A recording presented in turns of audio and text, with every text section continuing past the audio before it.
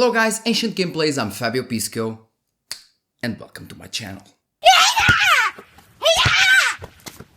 So today we finally have the GPU comparison in between the RX 7600, RX 6650 XT and RX 6700.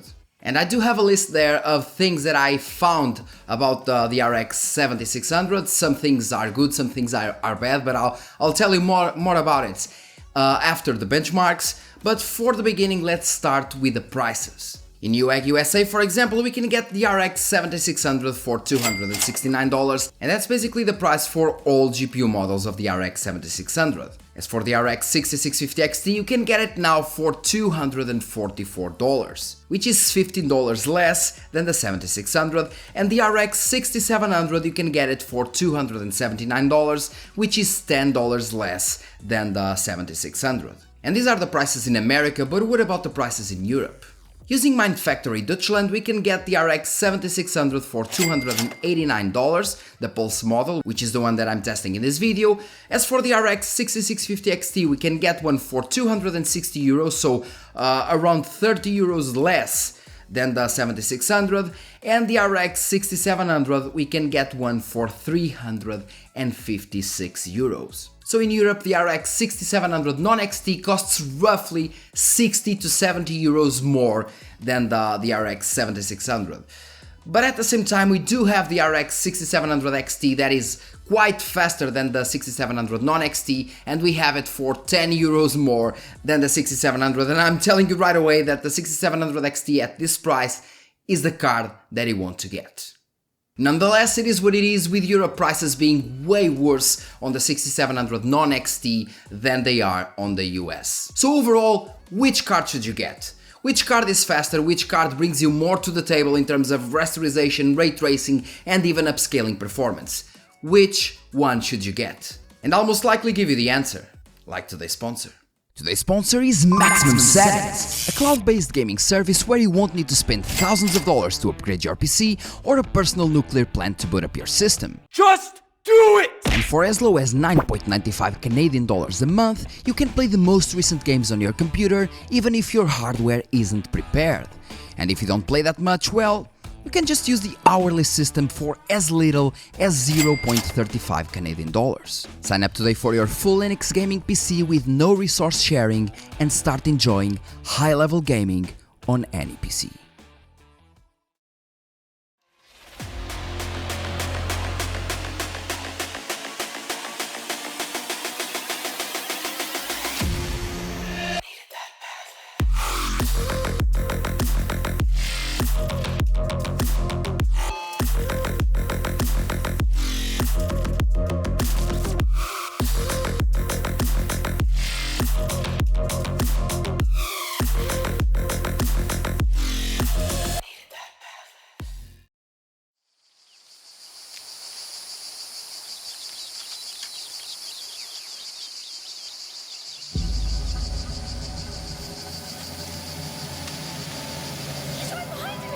He's going to catch us!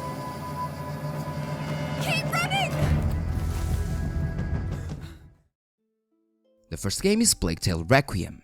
At 1080p, the RX 7600 is basically on par with the RX 6700, which is good, putting it 8% over the RX 6650 XT, which is not that relevant.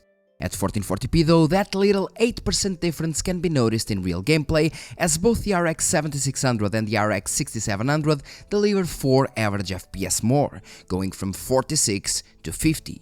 And at 4K, where I thought the RX 6700 would perform better due to having more physical units, is actually where the RX 7600 takes a small lead.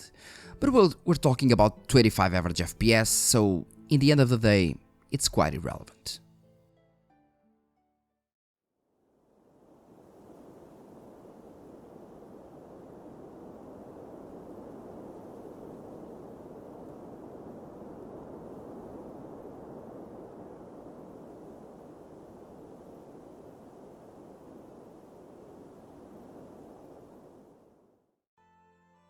In Assassin's Creed Valhalla, we're seeing higher numbers, with the RX 7600 being 3% faster than the RX 6700 and 5% faster than the RX 6650 XT. At 1440p the RX 6650 XT starts losing some ground, with the RX 7600 still delivering the higher amount of average FPS, with the RX 6700 delivering the higher 1% lows, hence higher smoothness. And at 4K, the scales get maintained, but somehow the RX 6650 XT is not as bad as I thought it would be, with all cards delivering over 40 average FPS.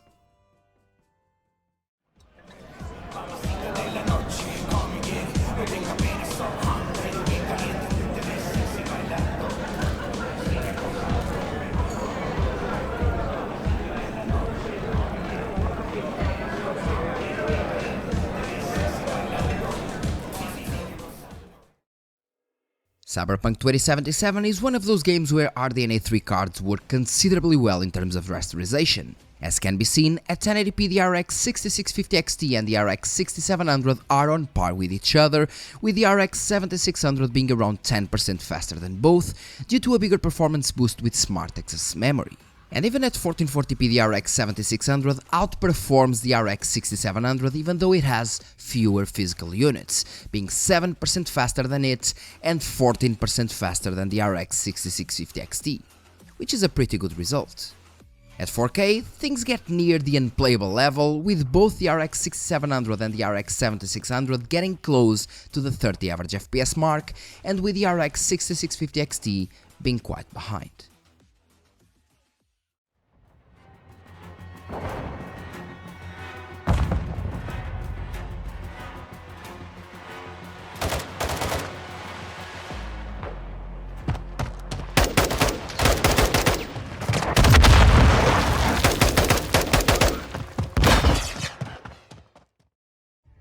Call of Duty Modern Warfare 2 is an interesting scenario actually. One thing that changed from the 6000 to the 7000 series is that the 7000 series have a performance boost when using smart access memory, something that does not happen with the previous series. Maybe due to drivers, I don't really know. The point is, at 1080p all cards are basically on par, but with the smart access memory boost, the RX 7600 delivers 12% more FPS than the RX 6650 XT. At 1440p things don't change much, with the RX 7600 still being the fastest card, now being only 9% faster than the RX 6650 XT. And at 4K, well, the RX 6700 finally overtakes the other two cards due to having more VRAM, more cache and more raw power. Also, I want to note that in this game the RX 7600 drivers are still very raw, and we do have some stutters that do not happen with the other two cards, so take that in consideration.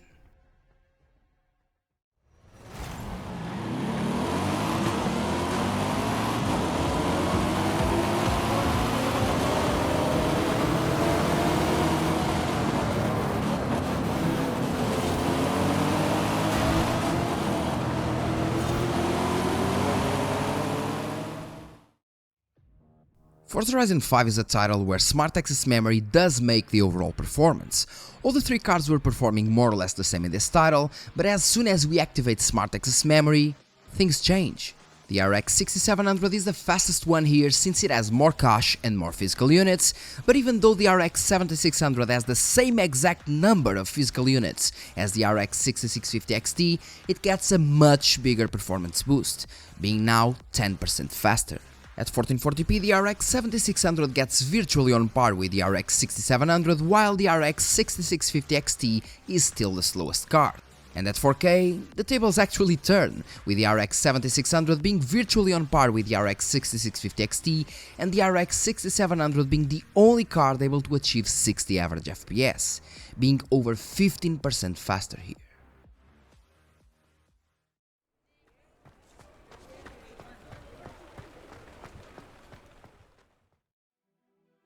And moving to Hogwarts Legacy, things get even more interesting. At 1080p the RX 7600 is 10% faster than the RX 6650 XT and slightly faster than the RX 6700, but since it has only 8GB VRAM, it has lower 1% lows even at 1080p.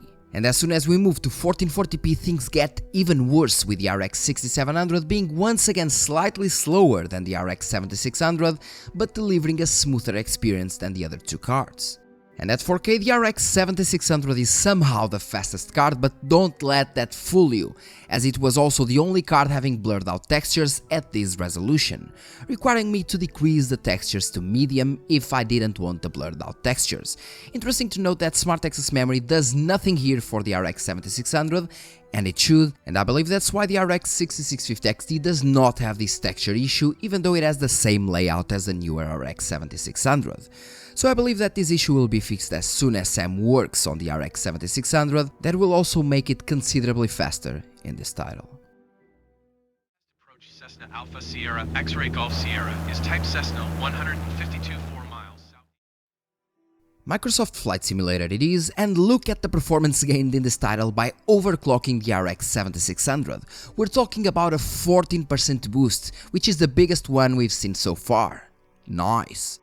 At 1080p, the RX 7600 is indeed the fastest card, being 6% faster than the RX 6650 XT and on par with the RX 6700. At 1440p things don't change much at all, with even the RX 6650 XT being able to pull basically 60 average FPS in this specific scenario, which is not bad for this card at 1440p. And at 4K, all cards perform more or less within the same, with the RX 7600 performing exceptionally bad without tweaking, going to as low as 15 FPS in the 1% lows.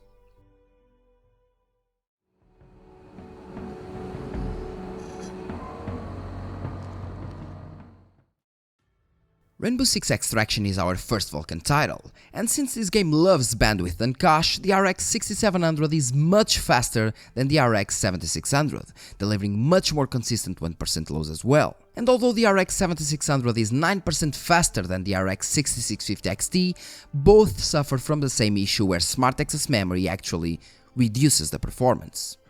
At 1440p, the RX 6700 is 8% faster than the RX 7600, that is now 13% faster than the RX 6650 XT. And at 4K, the RX 7600 finally manages to surpass the RX 6700, both delivering around 50 FPS, with the RX 6650 XT staying around 46.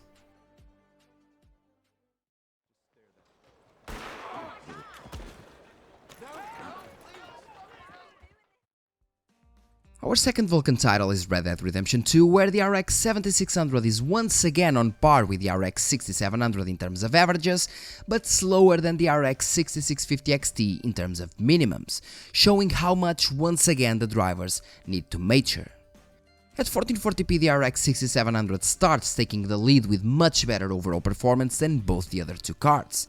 And at 4K, the RX 7600 reaches its limits, being barely faster than the RX 6650 XT, while having a major performance decrease in the minimums, with the RX 6700 delivering a smooth and enjoyable console experience.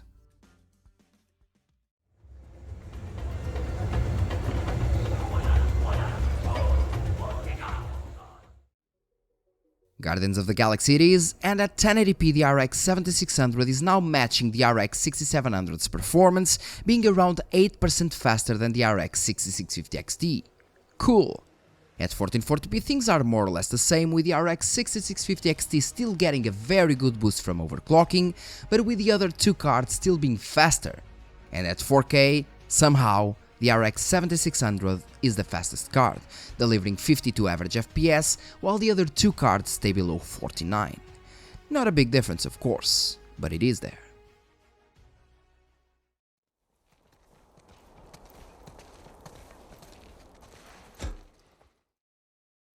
Now we have The Last of Us Part 1, and as explained in the previous video passing right now on the top right corner, this was the hottest case I've experienced in all these years of benchmarking, where the RX 6700 and 6700 XT somehow outperformed the RX 6800 and nearly matched the RX 6950 XT. I don't know if it has something to do with the drivers, but I was using the 283.5.1 here, with both the RX 7600 and RX 6700.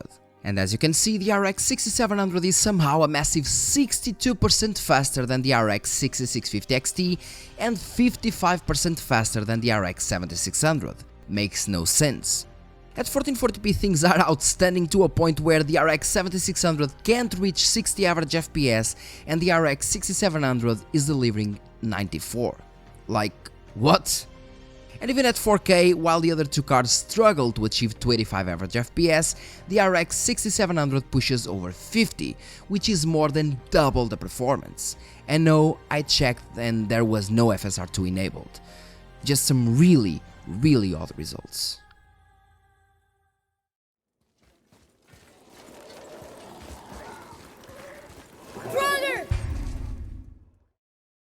The last rasterization title is God of War, and this game does love raw power, and that's why we see the RX 6700 pulling ahead of the other two cards and the RX 7600 being 9% faster than the RX 6650 XT.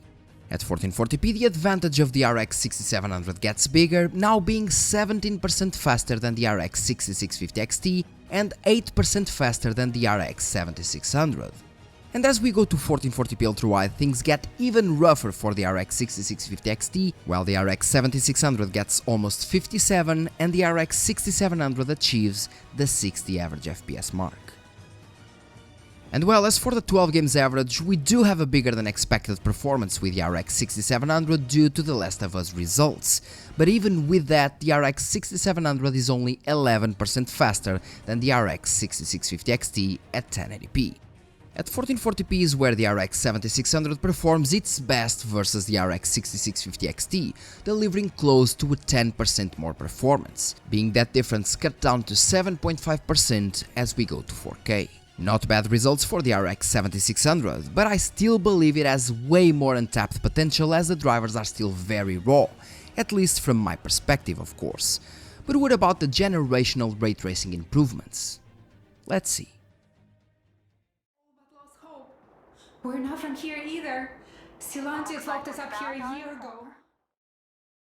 Our first ray tracing benchmark is Metro Exodus Enhanced Edition, and we can see here that the RDNA 3 improved ray tracing is indeed real. At 1080p it is 11% faster than the RX 6700 and a whopping 31% faster than the RX 6650 XT. At 1440p it is 9% faster than the RX 6700 and 29% faster than the RX 6650 XT, and it is only at 4K that it falls behind the RX 6700.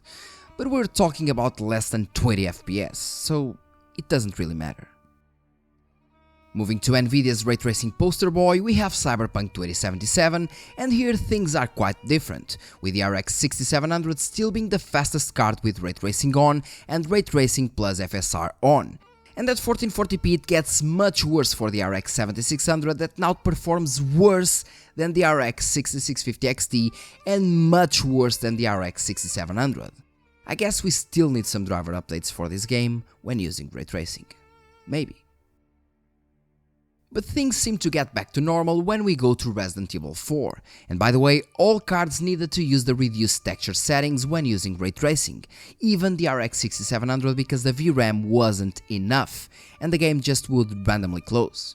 At 1080p the RX 7600 is only slightly faster than the RX 6650 XT in rasterization, but when running ray tracing the RX 7600 is 6% faster, showing that the ray tracing performance did increase with RDNA 3. At 1440p though, things start to change with the RX 6650 XT somehow performing at the same level or better than the RX 7600, which is fairly odd. And at 1440p ultra-wide it gets even stranger, with the RX 7600 performing worse than the RX 6650 XT, which makes absolutely no sense unless the VRAM is being handled in the faulty way, let's say due to drivers, once again. And that may actually be the scenario because as we move into Spider-Man Remastered, the RX 7600 has more average FPS in rasterization, but lower FPS in ray tracing once again, with the RX 6700 being around 25% faster than both cards. At 1440p the RX 7600 is now faster than the RX 6650 XT when using ray tracing, while it was slower at 1080p, and at 4K the RX 6700 is still much better than the other two cards, with or without ray tracing, with the RX 7600 now being on par with the RX 6650 XT when ray tracing is activated, but delivering better 1% lows.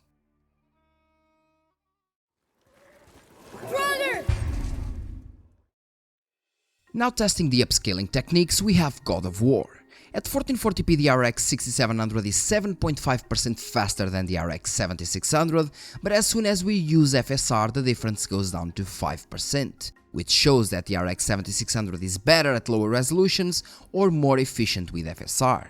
Moving to 1440p ultra-wide, the results are more stable, meaning all cards got exactly the same boost when using FSR in this game. Interesting. In Spider-Man Remastered though, the biggest performance boost was shown by the RX 6650 XT, delivering 30% more FPS over the native resolution. XeSS here also works very poorly, with the AMD GPUs only delivering a few FPS more than native resolution, and sometimes even lower 1% lows. Thing that sadly doesn't change much at 4K, where the difference in between FSR and XeSS gets even bigger, with XeSS delivering lower 1% lows than native, with all cards. With all said and done, let's move to the conclusion. And so, concluding, as you saw, we have some really interesting parts of this video. They are really interesting. You'll most likely be commenting about the Last of Us results, but they are what they are, believe me. I tested several times, I tested and retested. I retested the 6800, 6950 XT, 6700, 6700 XT, and only the 6700 and 6700 XT with the 23.5.1 drivers and the latest The Last of Us patch worked like that, okay? They have a huge performance boost, even more when using smart access memory, and that was actually the reason that led me to retest all those cards, because I did not see any kind of boosts like that with smart access memory activated, like I did with the 6700 and the 6700 XT. Those are the only two cards that get this boost, the only two AMD cards that get this boost using smart access memory, making them even faster than the 6800 and really close to the 6950 XT. So something is off, but as you can see in this video, I try to explain the best that I can why it is happening or not. As for the overall results, as you saw, the RX 7600 is more or less, let's say, from 7 to 10% faster than the RX 6650 XT when both are overclocked and using smart access memory, with the RX 7600 in some titles being up to 15-16% faster than the 6650 XT, but in most scenarios being in between these results from 7 to 10% faster. Also take into consideration that the 7000 series cards from AMD show you the total board power, while the previous generations also just while the previous generations only show the GPU graphics, the graphics core power. So for example, even if the 6650 XT is showing 170 watts, it is most likely to have a power draw of, let's say, 200 watts, because we then have the power draw of the old card, let's say the VRAM and all the other things, so we can count, for example, 30 watts more. So if you watch 170 watts on the other cards, it means that they are most likely pulling around 200 watts, okay? While the 7000 series just show you the full amount of power that is being used on that card, which in my opinion is way better, but maybe misleading in some scenarios, because if people are comparing side by side the power draw, it is not entirely correct, because one is showing the total board power and the other is showing just the graphics core power. But since the RX 7600 and the 6650 XT alongside the 6600 XT have exactly the same physical units, so the same amount of cores, TMUs, ROPs, compute units, everything is exactly the same apart from the RDNA 3 architecture, and the 6650 XT is only up to, let's say, 10% faster, 10% slower, sorry, maybe 15% slower, 16% slower in some cases. If I get the 6650 XT at a lower price, why should I actually get the 7600? The only reasons that I can actually give you are the AV1 encoding and decoding hardware-sided, meaning that if you're looking to stream, you can use the AV1 codec, which is much better than the AVC codec and the AGVC codec that you can use on YouTube. For example, if you want to watch the differences, you can watch this video passing right now on the screen, where I tested the AVC versus AGVC versus AV1 encoding. And since we have hardware AV1 encoding and decoding, this card will be much faster and much more efficient, so losing less FPS when streaming, while also delivering way higher quality, because you're using AV1. And the second and final reason that I can see is basically that this card will most likely improve with time, and newer games will utilize more and more RDNA 3 architecture, newer drivers will also improve it, and it will become better and better, because the 6650 XT is most likely on its peak performance and it won't improve over time, while the 7600 most likely will, once again because new games will support better the RDNA 3 architecture and the drivers will support better that same architecture as well. So those are the only reasons that I can actually give you to get the 7600 over the 6650 XT. On the other hand, if you live in America, you can actually get the 6700 non-XT for $10 over the 7600, and at that price you have more VRAM, you have more PCIe lanes because the 7600 only has 8 PCIe lanes, like the 6650 XT. So in PCI restricted, bandwidth restricted situations, like for example Spider-Man Remastered, the 6700 performs much better. You have 2 GB more VRAM, you have higher bus width, you have more computer units, more raw power. So overall, as you saw, the 6700 is definitely the card to get in between these. And if they want people to get the 7600, they need to reduce the price to, let's say, at least $250, or even less. I would say like $229 or $239, and even more because the RX 7600 is still on its first drivers. It will improve a lot, of course, but, or at least I hope so, but it has some hiccups here and there. So firstly, we have very raw drivers, like I told you. The shaders also load differently in some games. For example, in God of War, all the AMD cards that I tested, the first time I load God of War, bam, it is silky smooth. But on the 7600, we actually have to load the shaders while gaming, so it will stutter and then it will be silky smooth. While the other cards are silky smooth from the beginning, meaning that we do need, once again, better drivers to correct this issue. The VRAM management is still poor, because in some games when you're out of VRAM, you get texture streaming, you get very low performance, while the 6650 XT has exactly the same physical units, RAM, VRAM, PCI Express bandwidth, exactly the same, but that does not happen as frequently as on the RX 7600, meaning that once again we need better drivers to improve this situation. And basically, yes, some games stutter, like for example Call of Duty Modern Warfare 2. It stutters. It has more FPS than the other two cards in that game, with the 7600, but at the same time it still stutters, meaning once again that we need better drivers. So conclusion of the conclusion, cards to pick. In America, get the 6700 or get the 7600 as soon as it drops, let's say $30 or $40. Yes, that's a fair amount. And if you're in Europe, well, get a cheap or refurbished, let's say 6700, or go directly to the 6700 XT. That is much faster than any of these cards. That's my opinion. Yeah, that's my opinion. Leave your comment in the comment section, let me know what you think about these cards and which card would you buy in your case, because different countries have different prices and so on. Let me know in the comment section what would you get, what card would you get and why, because I really want to know. Thanks a lot for watching and see you in the next video.